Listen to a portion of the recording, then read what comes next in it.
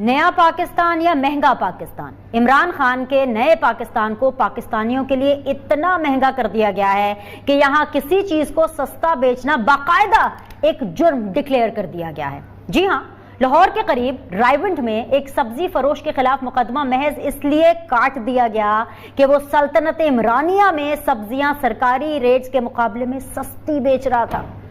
सुनने में यकीन नहीं आ रहा, सुनने में बिल्कुल यकीन नहीं आ रहा होगा कि क्या ऐसा भी हो सकता है कि सब्जियां सस्ती बेचने पर किसी के खिलाफ FIR कट जाए। जी हां, ये सच है और इतना कड़वा सच है कि आपको बताते हुए मेरी जबान तक कड़वी हो गई है। रायवंड के सब्जी फरोश का कसूर बस इतना था कि जब इमरान खान सरकार ने हुक्म दे दिया कि भिंडी 95 रुपए किलो में फरोख्त करो, तो उसने 73 रुपए फी किलो बेचने की जुर्रत कैसे की? एक सब्जी फरोश की इतनी मजाल कैसे हो गई कि इमरान खान के दौर में टमाटर सरकारी रेट 50 रुपए के बजाय 25 रुपए फी किलो में फरोख्त करे? वो कौन होता है जो इस महंगे पाकिस्तान में सब्जियां सस्ती कर दे और प्याज सरकारी रेट 40 रुपए के बजाय 33 रुपए फी किलो में बेचकर इमरान खान की रिट को खुल्लम खुल्ला चैलेंज करता फिरे? वो नया पाकिस्तान जहां वुज़रा एतराफ तो करते हैं कि अभी 10,000 मेगावाट बिजली इजाफी मौजूद तो है, मगर अवाम को लोड शेडिंग की मार जरूर मारनी है। वो नया महंगा और बेपरवाह पाकिस्तान जहां सरकार इतनी विजनरी है कि जून जुलाई के महीने में जनवरी वाली गैस लोड शेडिंग करा बैठे हैं और अब सिंध, पंजाब और खैबर पख्तूनख्वा की सनतों के लिए ताला ढूंढते फिर रहे हैं। इमरान खान के नए और महंगे पाकिस्तान में मुकदमात या तो अपोजिशन के खिलाफ बनेंगे या ऐसे सब्जी फरोशों के खिलाफ जो शाही फरमान ना मानते हुए महंगी के बजाय सस्ती सब्जियां बेचेगा।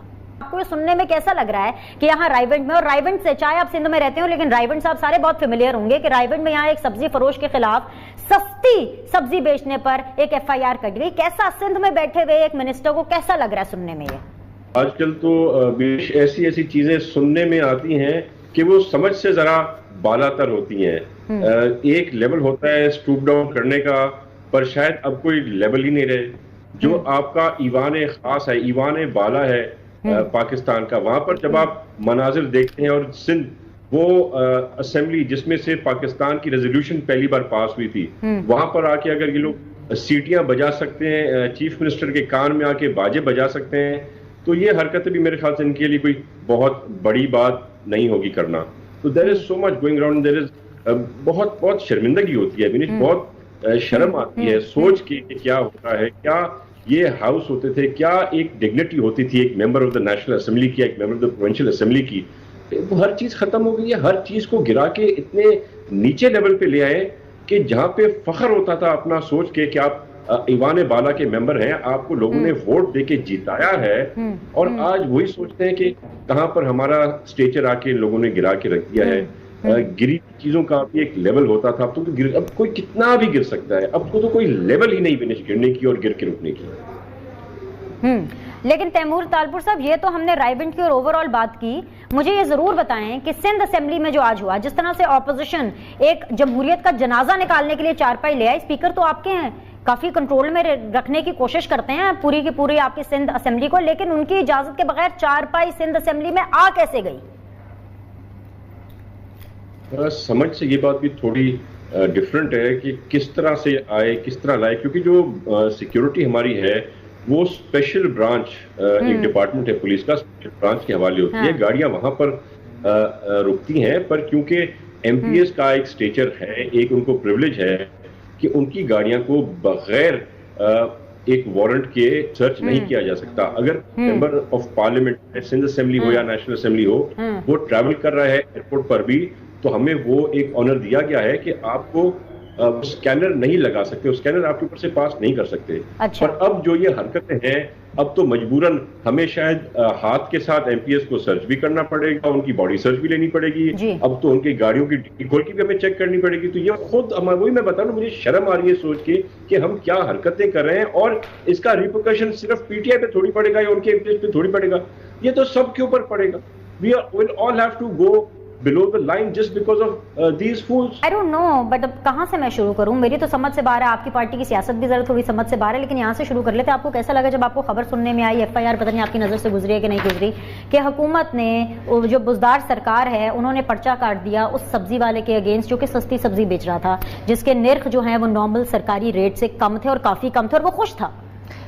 बीनेश, मुझे तो बिल्कुल हैरानगी नहीं हुई, बिकॉज आपको पता है कि जिस तरह ये अवाम को इसने शुरू में आके पहले 100 दिनों का प्लान दिया और फिर वो 100 दिनों का प्लान इनका नाकाम हुआ, तो इन्होंने कहना शुरू कर दिया कि 300 दिन का प्लान नाकाम हो गया।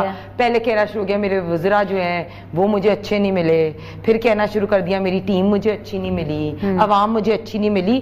तो आपसे स्टार्ट से मैं यही कहूंगी कि आज इन्होंने सबसे पहले एक बयान दिया जिसको मैं हैरान हो गई वो सुन के, कि ये कह रहे हैं उन्होंने वैसे आज उन्होंने नारायण में खड़े होकर ये भी बोला है कि आज हमें तो बुजुर्ग भी, मैं यहीं से स्टार्ट करूंगी कि आज इमरान खान ने ये बोल दिया कि मुझे बुजुर्ग अच्छे नहीं मिले। तो हमारे जो सारे बुजुर्ग हैं जिन्होंने पाकिस्तान के लिए इतनी मेहनत की, वो क्या सोचते होंगे? लेकिन ये जरूर है कि आने वाली जनरेशन ये जरूर कहेगी कि हमें ये वजीर आजम सिलेक्टेड अच्छे नहीं मिले, जिन्होंने मुल्क को 14,000 बिलियन का कर्जा लेके अवाम को महंगाई, बेरोजगारी, 2 करोड़ लोगों को गुर्बत की लकीर के नीचे और 50 लाख लोगों को बेरोजगार किया, ये जरूर कहेंगे। लेकिन मैं सबसे पहले मैं स्टार्ट इसी से करना चाहती थी कि इन्होंने जो आज बात की, चाहे जिस मर्जी कॉन्टेक्स्ट में की, कि हम बिलीव करती हूँ कि ग्रीन पाकिस्तान होना चाहिए, इन्वायरमेंट के लिए हम स्टैंड करते हैं, लेकिन ये चीज कहना कि हमें बुजुर्ग अच्छे नहीं मिले, this is a very hurting sentiments for those people who have done so much for the creation of this country. 1 second, मुझे ये रायवंड वाली बात सुन के जो इन्होंने FIR काट दी, बिल्कुल मेरी नजर से गुजरी, मैं बिल्कुल हैरान नहीं हुई। इनकी हुकूमत में आप कुछ भी एक्सपेक्ट कर सकते हो, अवाम को कहीं उन्होंने रायवंड का नाम सुन के तो नहीं पर्चा काट दिया? पता नहीं इनको ये रायवंड फोबिया होगा। नहीं, मैंने कहा इनकी ऑब्सेशन इतनी होती है, मरीम की ऑब्सेशन होती है, इनको मियां साहब की ऑब्सेशन इतनी होती है। इन्होंने कहा कि रायवंड सब्जियां जा रही हैं तो मैं इधर ही FIR काट दूं।